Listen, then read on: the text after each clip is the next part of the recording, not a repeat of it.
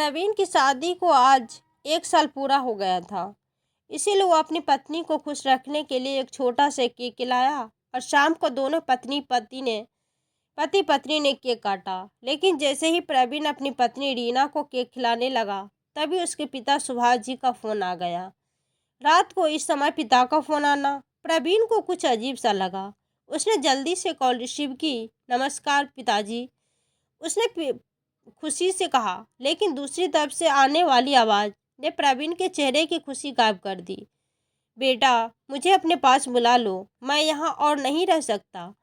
पिताजी की आवाज़ कांप रही थी, जैसे वो बहुत देर से रो रहे हो। प्रवीण की मुस्कुराहट एक लम्हे में गायब हो गई। क्या बात है पिताजी, सब खैरियत तो है ना? नहीं बेटा, तुम्हारी भाभी खाने को नहीं देती। ये सुनकर प्रवीण सन्न रह गया। वो कुर्सी पर सीधा होकर बैठ गया। क्या कर रहे हो पिताजी? भाई भाभी ऐसा कैसे कर सकते हैं? बेटा, मैं सच कह रहा हूँ, मैं यहाँ एक दिन और भी नहीं रह सकता। तुम्हारे भाई ने मुझ पर हाथ उठाया। मेरी तबीयत भी ठीक नहीं है। मुझे अपने पास बुला लो। बेटा, मैं अब ये जुल्म और बर्दाश्त नहीं कर सकता। प्रवीण के हाथ से चम्मच नीचे गिर गई। तभी पास में खड़ी रीना ने फौरन उसका उतरा हुआ चेहरा देखकर परेशानी से पूछा, क्या हुआ? इतना परेशान क्यों लग रहे हो? तो प्रवीण ने फ़ोन को एक तरफ करके आहिस्ता से कहा, पिताजी का फ़ोन है। वो कह रहे हैं कि भाई और भाभी उन पर जुल्म कर रहे हैं। यह सुनकर रीना का चेहरा सख्त हो गया। तो तुमने क्या कहा? उसने पूछा। तो प्रवीण धीरे से बोला, अभी तो कुछ नहीं कहा, लेकिन अगर पिताजी वाकई मुश्किल में है तो मुझे कुछ करना होगा। तभी रीना ने झट से हाथ आगे बढ़ाकर मोबाइल उससे छीन लिया और सख्त लहजे में बोली, अक्ल से काम लो प्रवीण, हम यहाँ खुशी से अपनी ज़िंदगी बिता रहे हैं। अगर तुमने पिताजी को यहाँ बुला लिया तो सब कुछ बर्बाद हो जाएगा। तुम्हें नहीं मालूम कि बूढ़े लोग कितने जिद्दी होते हैं, लेकिन वो मेरे पिताजी हैं रीना, और मैं तुम्हारी बीवी। प्रवीण प्रवीण रीना की आंखों में गुस्सा साफ झलक रहा था। ये मत भूलो कि ये घर किसका है। अगर तुमने उन्हें या लाने का सोचा भी तो मैं घर छोड़ दूंगी। रीना की बातों ने प्रवीण को अंदर से झकझोर कर रख दिया। वो एक लम्हे के लिए कुछ बोल ही नहीं पाया। उसके एक तरफ उसके पिता ने जो तकलीफ में थे और दूसरी तरफ उसकी बीवी, जिसके बगैर उसकी ज़िंदगी मुमकिन ही नहीं थी। तुम्हें फैसला करना होगा प्रवीण। रीना की आवाज़ में ठहराव था, मगर उसके अल्फाज में धमकी छुपी हुई थी। उसने गहरी सांस ली और फिर पिताजी को बहाना बनाकर कह दिया कि पिताजी, मैं अब शहर से बाहर हूँ, घर जाकर आपसे बात करता हूँ। इतना कहकर उसने फ़ोन रख दिया। लेकिन उसके दिमाग में ख्यालात की आंधी चल रही थी। लेकिन फिर भी उसे मुस्कुराना पड़ा, क्योंकि उसकी अमीरी बीवी को ये बिल्कुल भी पसंद नहीं था कि उसकी पहली एनिवर्सरी में किसी भी तरह की बदतमीजी पैदा हो। इसीलिए वो अपनी शादी की पहली सालगिरह को पूरी तरह तैयारी से मनाना चाहता था, ताकि कोई ड्रामा न हो, क्योंकि रीना के कारण ही प्रवीण की ज़िंदगी बदल गई थी। वो जो पहले एक एक्सीडेंट की कुर्सी पर बैठा दिन भर आंकड़ों में उलझा रहता था, अब वो उस कंपनी का फाइनेंस डायरेक्टर बन चुका था। उसकी तनख्वाह कई गुना बढ़ गई थी। उसके पास एक चमचमाती नई गाड़ी आ गई और एक बड़ा सा फ्लैट, जो रीना के पिता ने उसे तोहफे में दिया था। अब तो वो जैसे हवाओं में उड़ने लगा। वही लोग जो उसे नज़रअंदाज करते थे, अब उसके आगे पीछे घूमने लगे थे। वो ये शादी करने से एक आम आदमी की जगह एक अमीर दामाद बन चुका था। लेकिन उसे क्या पता था कि ये खुशी सिर्फ एक ख्वाब ही थी, क्योंकि शादी की पहली रात ही रीना ने साफ लहजों में कह दिया था कि मैं अपनी ज़िंदगी में किसी और को बर्दाश्त नहीं कर सकती, फिर चाहे वो आपके पिताजी ही क्यों ना हो। उस वक्त तो प्रवीण ने रीना की बात को ज़्यादा सीरियस नहीं लिया। उसे लगा कि वो बस अपनी आज़ादी बरकरार रखनी चाहती है। लेकिन वक्त के साथ ये बात एक जंजीर बन गई, जो उसने वजूद को झकझोरने की लगी। अब प्रवीण के लिए सबसे बड़ा सवाल ये था कि पिताजी को कहाँ रखेगा। वो चाहता था कि पिताजी सबके साथ उसके साथ ही रहे, लेकिन रीना ने तो कह दिया कि मैं यहाँ तुम्हारे पिताजी को नहीं रह सकती। वो बेबस हो गया। उसने सोचा कि कम से कम पिताजी को अपने करीब किसी अच्छी जगह पर रख लूँ, लेकिन रीना ने इसके लिए भी इनकार कर दिया। तो मजबूर होकर उसने पिता को अपने बड़े भाई के पास भेज दिया। शादी के बाद उसकी ज़िंदगी इतनी बदल गई कि वो खुद को पहचान ही नहीं पाया। रीना एक खूबसूरत ख्वाब की तरह थी, लेकिन हकीकत में वो एक ऐसी मालकिन थी जिसके आगे वो बस एक गुलाम बनकर रह गया। वो क्या पहनेगा, किससे मिलेगा, क्या खाएगा, ये सब कुछ वही तय करती थी। बदले में उसे अपनी मनचाही ख्वाहिशें पूरी करने का मौका मिल जाता। ये बुरा नहीं था, इसलिए वो भी खामोशी से वक्त गुजारने लगा। उसे उसे उसकी मेहनत पर कोई शक नहीं था, लेकिन यह मोहब्बत नहीं, एक कैद थी। वो उसकी पसंद का खाना खाता, उसकी मर्जी के मुताबिक ज़िंदगी गुजारता। उसकी कोई अपनी राय, कोई अपनी ख्वाहिशें नहीं रही थी। वक्त गुजरता गया और प्रवीण इस जिंदगी का आदी होता गया। उसके पिता सुभाष जी कभी कभार फ़ोन करते, लेकिन प्रवीण कोई भी बहाना बनाकर ज़्यादा बात नहीं कर पाता। उसे मालूम था कि पिताजी तकलीफ़ में है, लेकिन वो कुछ नहीं कर सकता था। फिर आज उनका फ़ोन आया। वो उसके पास आना चाहते थे, क्योंकि वो बड़े बेटे बहू के रवैया से बेहद परेशान हो चुके थे। लेकिन यहाँ भी रीना ने उसकी ज़िंदगी तबाह कर रखी थी, इसीलिए उसने कोई बहाना बनाकर फ़ोन रख दिया। 2 दिन गुजर गए और उसने पिताजी को दोबारा फ़ोन ही नहीं किया। वो चाहता था कि सब कुछ खुद ही ठीक हो जाए, लेकिन उसका दिल बेचैन था। तीसरे दिन शाम के वक्त दरवाजे पर जोरदार दस्तक हुई। प्रवीण ने झांक कर देखा तो सामने का मंजर देखकर उसके पैरों तले जमीन खिसक गई, क्योंकि दरवाजे पर उसके पिता सुभाष जी खड़े थे। उनकी आंखों में बेबसी साफ झलक रही थी।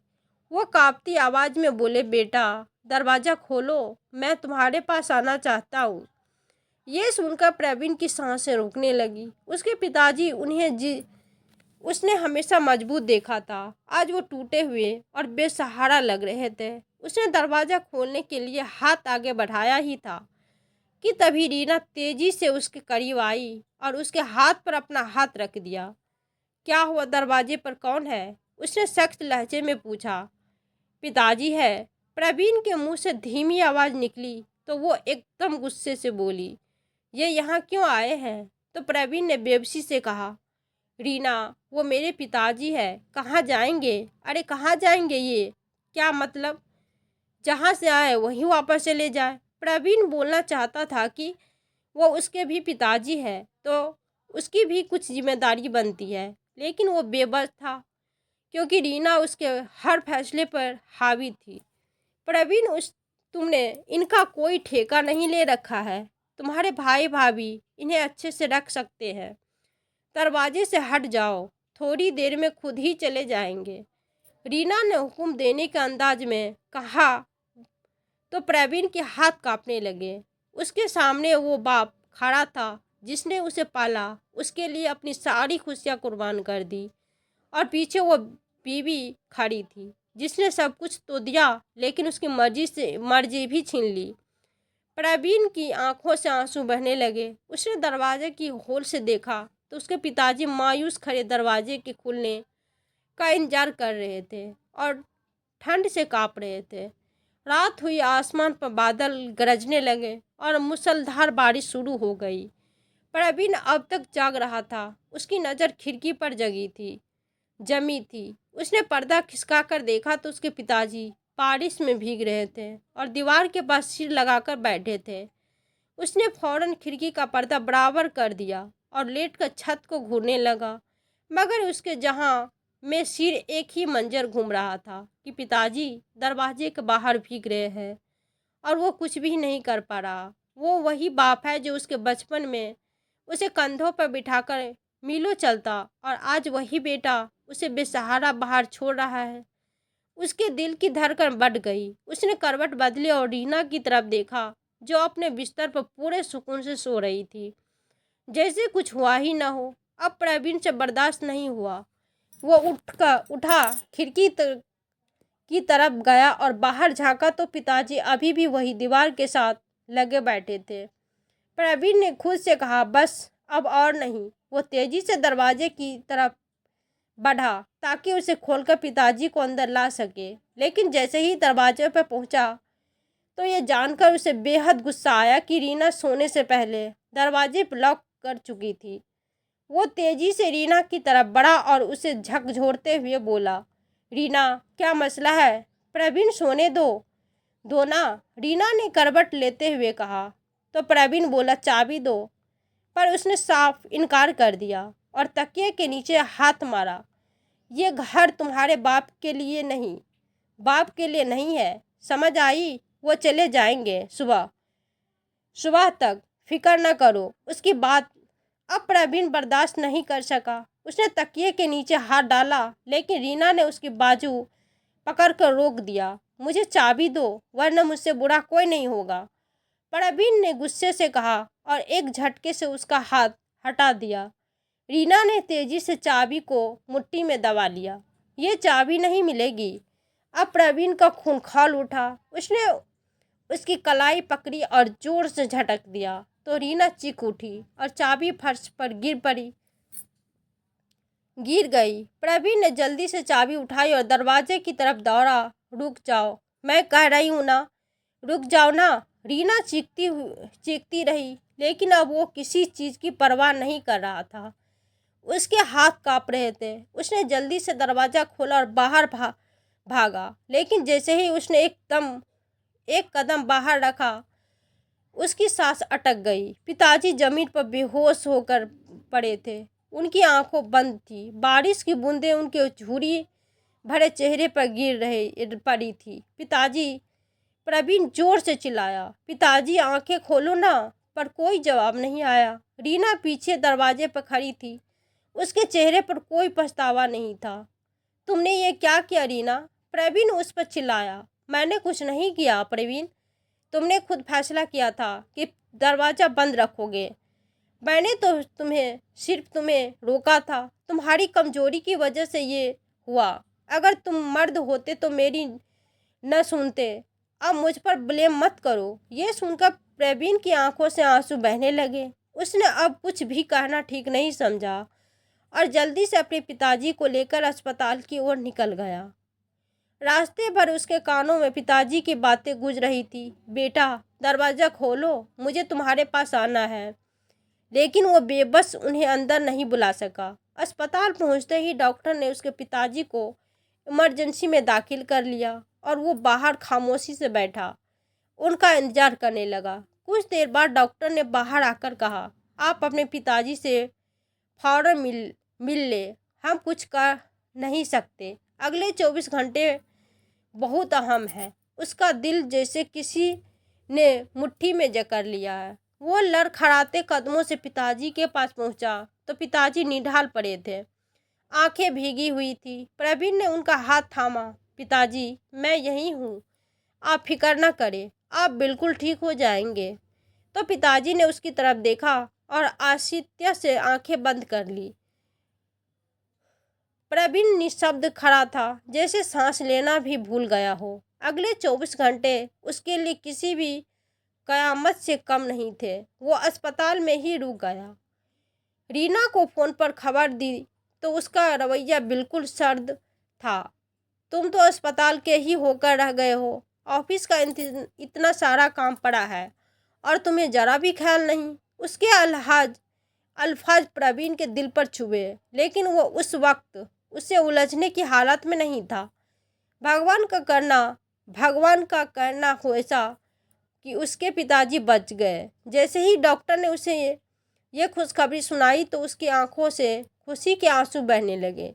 सुभाष जी को अस्पताल से डिस्चार्ज कर दिया, लेकिन अब उन्हें घर ले जाना किसी आजमाइश से कम नहीं था। उसे मालूम था कि रीना के तेवर सख्त होंगे, लेकिन उसने फैसला कर लिया था कि पिताजी उसके साथ ही रहेंगे, चाहे कुछ भी हो जाए। जिस वक्त वो अस्पताल से निकला, तेज तूफान के साथ बारिश शुरू हो गई, लेकिन एक तूफान उसके सीने से अंदर भी तबाही मचा रहा था। उसे इस बात का अफसोस था कि पिताजी 5 दिन तक अस्पताल में भर्ती रहे, लेकिन रीना 1 घंटे के लिए भी उन्हें देखने नहीं आई। उसे इस बात का भी एहसास नहीं कि ये पिता समान ससुर है और बीमार है। तंदुरुस्त होते भी तो बात अलग थी, लेकिन बीमार की हालत में उसका दिल नहीं पसीजा। ये कैसी औरत है? क्या अमीरी के सीने में दिल नहीं होता? रीना के इस रवैये पर प्रवीण बेहद परेशान था। पिताजी को घर ले आते हुए उसकी परेशानी और बढ़ गई। एक तरफ पिताजी की बीमारी थी, उन्हें खास देखभाल की जरूरत थी, और दूसरी तरफ रीना का मूड जो हर पल बदलता रहता था। अब पिताजी की मौजूदगी में न जाने उसका रवैया कैसा होगा। इस बात ने उसका दिल अंदर से झकझोर दिया। वो जैसे ही अपने पिताजी को लेकर घर पहुंचा तो सामने रीना को देखकर वही ठिठक गया। रीना ऐसे ही खड़ी थी जैसे पहले से ही उसका इंतजार कर रही हो। प्रवीण, इन्हें कहाँ लेकर आ रहे हो? जाहिर सी बात है, रीना अपने घर लेकर आ रहा हूँ। और कहाँ लेकर जाऊंगी? जाऊंगा, प्रवीण ने भी गुस्से से कहा और अपने पिताजी को अंदर लेकर आ गया। उन्हें सोफे पर बैठाकर बोला, पिताजी आप परेशान ना हो, मैं सब संभाल लूँगा। वो धीरे से मुस्कुराए, मगर उस मुस्कुराहट में वो चमक नहीं थी जो वो हमेशा उनके चेहरे पर देखता था। वो किचन में गया ताकि उनके लिए चाय बना सके, लेकिन जैसे ही उसने चूल्हा जलाया तो रीना गुस्से से दनाती हुई अंदर दाखिल हुई। ये सब क्या हो रहा है प्रवीण? हमने शादी के वक्त क्या वादा किया था? प्रवीण बेबसी से बोला, रीना वो बीमार है। इस वक्त उनका ख्याल रखना मेरा फर्ज है। और तुम्हारा भाई, वो किस मर्ज की दवा है? क्या वो मर गया है क्या? सिर्फ तुम्हारा फर्ज है कि तुम अपने बाप को उठाकर अपने कंधों पर लेकर फिरो। रीना ने तंज कैसा तो प्रवीण ने एक गहरी सांस ली और नरमी से समझाने की कोशिश की। देखो रीना, जब पिताजी ठीक हो जाएंगे तो मैं उन्हें वहाँ भेज दूँगा। खुदा के लिए सिचुएशन को समझने की कोशिश करो, लेकिन अभी चुप रहो प्लीज़। उसने आगे बढ़कर उसका हाथ पकड़ा। मैं सब कुछ बर्दाश्त कर सकती हूँ प्रवीण, लेकिन अपनी ज़िंदगी में इस किस्म की मुसीबत नहीं समझे या नहीं, ये मुसीबत नहीं, मेरा फ़र्ज है। प्रवीण ने आवाज़ दबाई। और फर्ज? और जो वादे तुमने मुझसे किए थे वो क्या थे? वो तुम पर फर्ज नहीं है क्या? रीना, खुदा के लिए धीरे बोलो प्लीज़, पिताजी सुन लेंगे तो। रीना, तो क्या सोचेंगे? तुम्हें अपने पिताजी की परवाह तो है, लेकिन मैं क्या सोच रही हूँ उसकी तुम्हें कोई परवाह नहीं। रीना मुंह फुलाकर बोली तो प्रवीण ने अपना सिर पकड़ लिया। मुझे हर पल लम्हा सिर्फ तुम्हारी परवाह है रीना, लेकिन तुम मेरी सिचुएशन समझने की कोशिश तो करो। पिताजी अभी भी मौत के मुंह से निकले हैं। तुम्हें पता है बारिश में भीगने की वजह से वो कितने बीमार हो गए थे। अगर उन्हें कुछ हो जाता तो यकीन मानो मैं खुद को कभी माफ़ नहीं कर पाता। ये तो भगवान का शुक्र है कि उन्होंने पिताजी को बचा लिया। बस कुछ दिनों के लिए सब्र कर लो। जैसे ही वो ठीक हो जाएंगे मैं उन्हें वापस भेजने का इंतजाम कर लूँगा। वो उससे घूरती रही, फिर पैर पटकती हुई बाहर निकल गई। लेकिन उसके बाद उसका रवैया और ज़्यादा तल्ख हो गया। कभी वो खाने की मेज़ पर बर्तनें ज़ोर से पटकती तो कभी प्रवीण से इतना बदतमीजी से बात करती कि वो पिताजी के सामने शर्मिंदा हो जाता। लेकिन जाहिर है वो कोई प्रतिक्रिया नहीं दे सकता, क्योंकि उसे पता था कि इससे हालात और भी बिगड़ सकते हैं। उसने अपनी ज़िंदगी बड़ी मुश्किल से संभाली थी, इसलिए बहुत सोच समझ कर कदम उठा रहा था। वो जानता था कि उसकी ज़िंदगी में अमीरी रीना के बदौलत ही आई थी, और अब तो उसे अमीरी में जीने की आदत हो गई थी। उसके बिना तो ज़िंदगी कल्पना भी मुश्किल थी। इसलिए अब वो रीना को नाराज़ करके अपनी पहले वाली गरीबी में नहीं लौटना चाहता था। इसलिए उसने रीना के बर्ताव को बर्दाश्त कर लिया, क्योंकि ये सब कुछ दिनों की बात थी। उसने सोचा जैसे पिताजी ठीक हो जाएंगे वो किसी न किसी तरह उन्हें भाई के पास वो वापस भेज देगा, और फिर उसके रवैया और रीना के बीच सब कुछ पहले जैसे ठीक हो जाएगा। इसलिए उसका पूरा ध्यान पिताजी के देखभाल पर था, और वो उससे कायम भी हो रहा था।